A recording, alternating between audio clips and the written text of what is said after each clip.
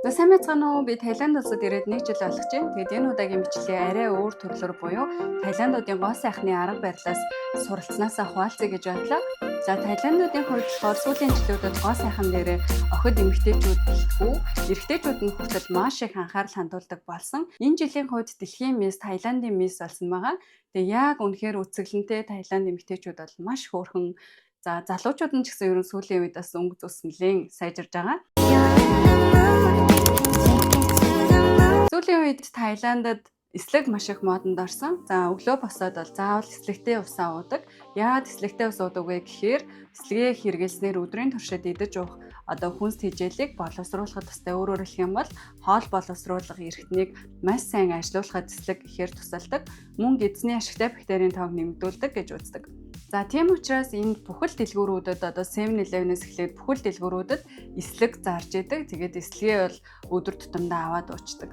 За нөгөө нэг зүйл нь болохоор коллаген сүүлийн үед бүх эмэгтэйчүүд, эрэгтэйчүүд бүгдээрээ коллаген хэрэглэж байгаа. Яагаад коллаген хэрэглэж байгаа гэхээр энэ нь мэдээж хэрэг арьс, өвс, хүмсэнд маш их сайн нөлөө үзүүлдэг. Тэгээд кофендоо ч юм уу, жуусандаа ч юм уу коллаген хутгаад уучдаг. За мөн адил 7-Eleven-ээс эхлээд бүхэл газруудад зүгээр нэг удаагийн тунгийн хэмжээтэй коллагенууд бол маш ихээр зарагддаг.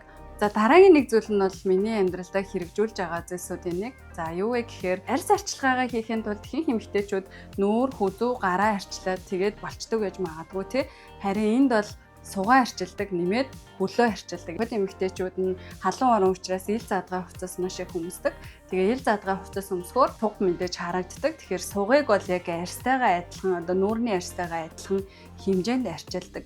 Тэр нь юу вэ гэхээр яг нүүрэндээ бид нар тоник түрхээд, сенс түрхээд, серум түрхээд, тос түрхэдтэй яг адилхан тэр дараалалаар нь сугаа арчилдаг гэсэн үг. За тэгээд би нэг Таиланд найзаасаа суралцсан. Тэр нь юу вэ гэхээр бид нар яг юм нүүрэндээ хэрэгэлдэг зөөлөн скрабаар сугаа скрабдаад тэгээд тоник сенс тэгээд цайруулах тос бүх зүйлүүдээ сугандаа түрхэж өгдөг. За миний хувьд бол аль болох органик байгалийн гаралтай бүтээгдэхүүнүүдийг сонгож хэрэглэдэг.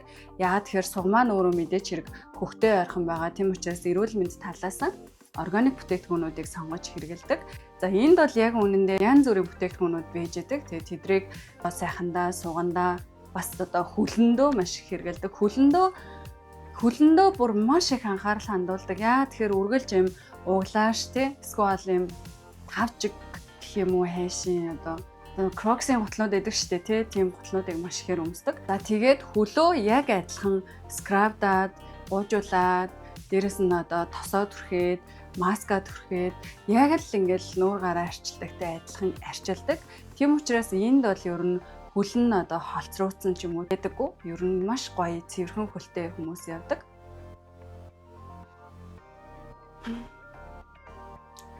За дараагийн нэг зүйл нь болохоор энд маш их хүмүүс мөстэй ус хэрэглэдэг. Бүх хүмүүс ер нь бол ресторанд ороод бүр хилжил авахгүй бол халуун усыг хизээч өгөхгүй. Халуун цайг бас ингээл халуун авна гэж хэлэхгүй л хүүтэн нэр нь аваад. Ер нь гадуур ресторануудад, кофе шопуудад ороод халуун цай гэж л хэлэхгүй бол ер нь шууд автоматар хүүтэн цай, мөстэй цай өгдөг. За мөн мөстэй усыг маш ихээр уудаг. Бүр 6 сартын анх хоолнд орж байгаа хүүхдэд хүртэл мөстэй ус уулгаад байждаг. Мэдээж хэрэг Монгол хүмүүсийн биеийн онцлогт бас тохирохгүй байж магадгүй. Цаг уурын нөхцөлд нь бас тааламжтай биш ч байж магадгүй. Зүгээр энд яадаг вэ гэхээр мөстэй усыг мэдээж хэрэг биеийн температурыг бууруулах үүднээс нэгдүгээрт хэрэгэлдэг. Хоёрдугаарт нь метаболизмыг хурдсгах, бодисын солилцоогоо хурдсахын тулд мөстэй ус уудаг. Тэгээд энд чинь хүмүүс тархалтаас маш их айдаг. Тэрнээс урьдчилан сэргээлдэг.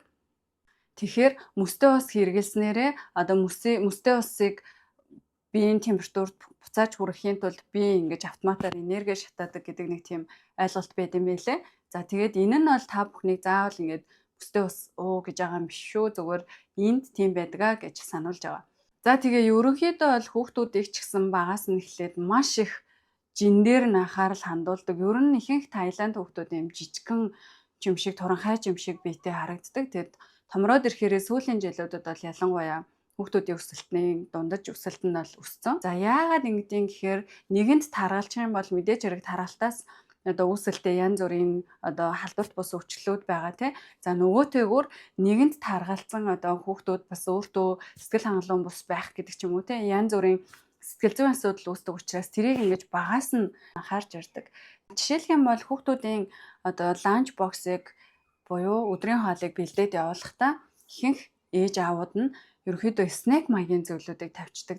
Юмс тэгээд нэг бүхэл бүрийн бичэн ч юм уу тиймэрхүү юм снэк 100 маягийн зүйлүүдийг хийчдэг. За мэдээж хэрэг халуун орон гэдэг утгаараа хүүхдүүд ч гэсэн маш их идэж уугаад байдаггүй, маш бага хэмжээтэй. Тэгээд яг биедээ хэрэгтэй шин тэжээлтэй зүйлсүүдийг хүүхдүүдэд багаас нь хэрэглүүлээд сурсан байт юм лээ.